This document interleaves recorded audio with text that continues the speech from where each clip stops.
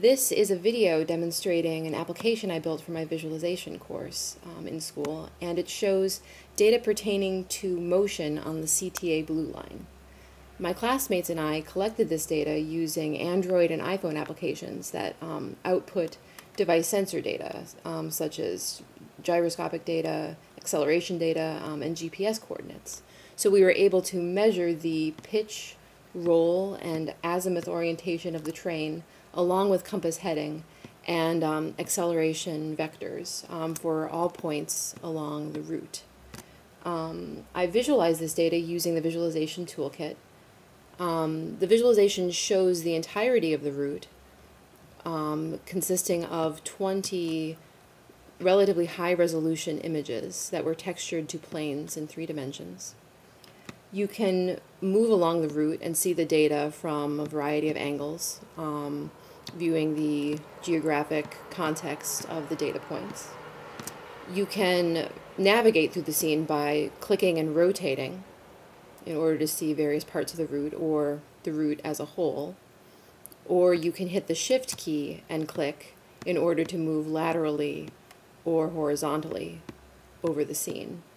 Control click or Apple click will rotate the scene, and you can zoom in and out by scrolling with a trackpad or with your mouse.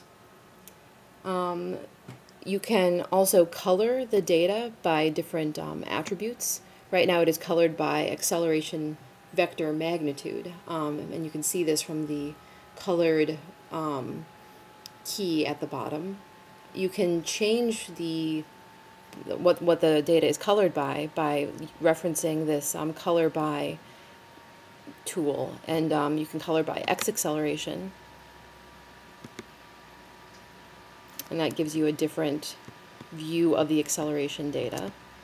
You can color by Y acceleration, showing acceleration back and forth, Z acceleration, showing movement up and down, pitch, showing movement forward and back, like rocking of the train, or roll, showing movement back and forth, rocking of the train to the north and the south.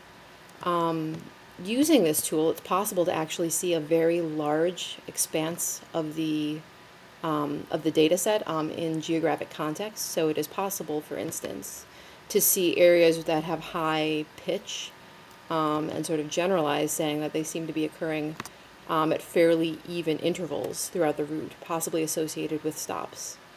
You can then compare that data to roll and see that roll does not occur as regularly along the route as pitch.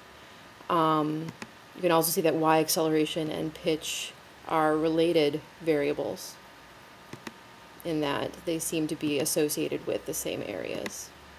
In addition to looking at the route as a whole, you can also look at individual areas of interest, such as near stops or near areas of high acceleration or roll, and try to see whether or not there are any characteristic geographic markers that might indicate the source of the change.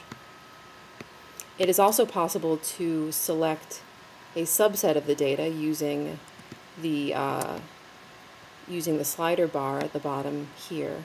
You can remove a portion of the data set to focus on, and click the maximum slider bar to clip from the other end. And then you can play through the data set by hitting the play key, and it'll show individual data points one at a time. I believe that this is an interesting way to view this sort of a data along the route, and I hope that this perspective would be useful for researchers or policymakers interested in improving transportation infrastructure and building more energy efficient train lines. Thank you.